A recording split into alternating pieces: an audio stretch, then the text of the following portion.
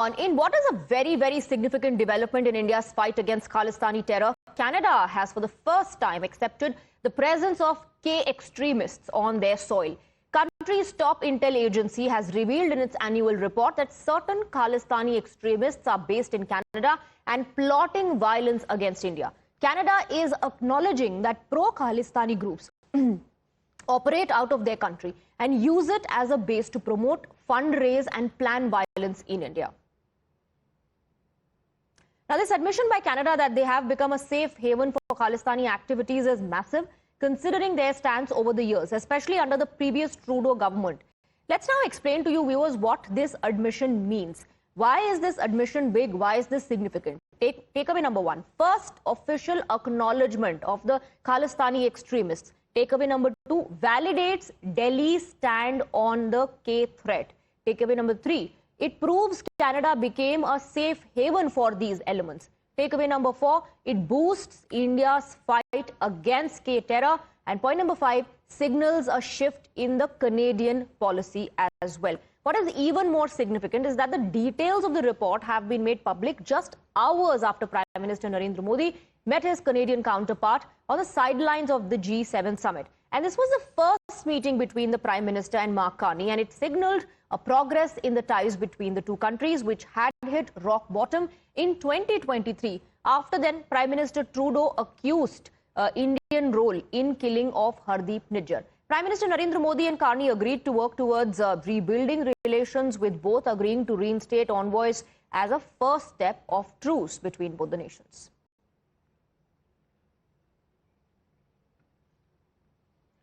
So this is a massive admission on Canada's part, the admission that the Khalistani extremists are operating from the Canadian soil, plotting against India, something that India has been highlighting from a very long time. Remember, the relationship between India and Canada went for a toss after Justin Trudeau made some allegations openly against India without providing any evidence, accusing India's role in the killing of Hardeep Singh Nijjar. Also remember, there was an internal report that spoke about no definitive link of any foreign interference. So Justin Trudeau could not provide any evidence on that. There was a lot of politics that happened back home as well. Now, after Prime Minister Narendra Modi's meeting with his counterpart, Canadian counterpart, the first meeting between both the nations, both the leaders, Canada has admitted. It has admitted to what India has always been saying. It also goes on to show how Canada, in fact, became a safe haven for these elements, for these Khalistani extremists. A massive admission there by Canada, which definitely will also have an impact in terms of India's fight against K terror. Something that India has been talking about for a very long time, and this particular report that has come to fore now, in a way, validates what India has been saying. It also marks a major shift when it comes to relations between both the nations. And in fact, that was one of the concerns of rebuilding and a reset between India and Canada relations. Let's take a look at the takeaways that we were just talking about, part of the report, part of the admission. This is the first official acknowledgement. The acknowledgement of what? The presence of these Khalistani extremists on the Canadian soil. It validates Delhi's stand on K threat, something that India has been highlighting for a very long time. It also proves that Canada became a safe haven, that it provided a safe haven to these elements to flourish and plot against India. It proves that Canada became a safe haven. Let's move on. It also boosts India's fight against K terror. It also, in a way, goes on to show that Canada and India are on the same page now as far as this K threat is concerned.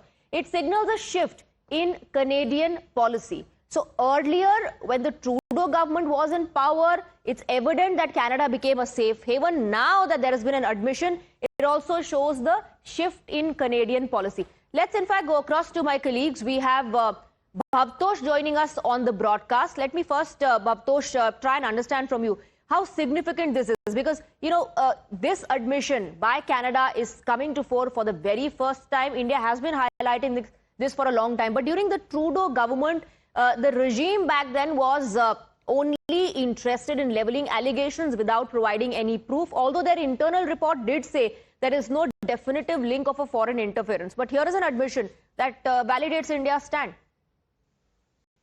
Yes, Swati, it's a very important development. Very fact that Canada has admitted that there are Khalistani element in the country, and these Khalistani elements are responsible for various terror activities which are being managed by these Punjabi-based gangsters. Remember, there are several gangsters who are very active in Canada, and among them are Arshdeep Singh Dala, as well as people who are associated directly or indirectly with nature.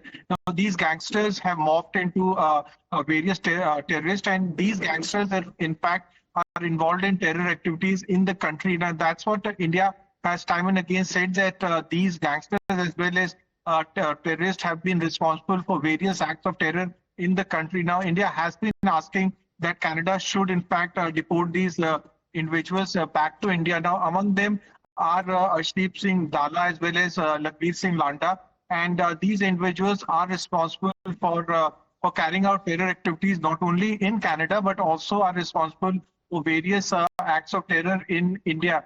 Now, India has asked Canada that individuals like Lakhbir Singh Landa as well as Arshdeep Singh Dala should be deported to India or extradited back to India. Now, as far as these individuals are concerned, they are responsible for various terror activities, and the very fact that CSIS has said that these individuals are responsible for criminal activities is a very big admission. Yes. Now, CIS has also in the report has blamed India for foreign interference, but this is repeat of what they have said in 2023. Absolutely. It's a massive diplomatic win as well for India, and this acknowledgement is definitely the first step. It remains to be seen what happens from here on. Thank you very much for getting us the details. We're moving on.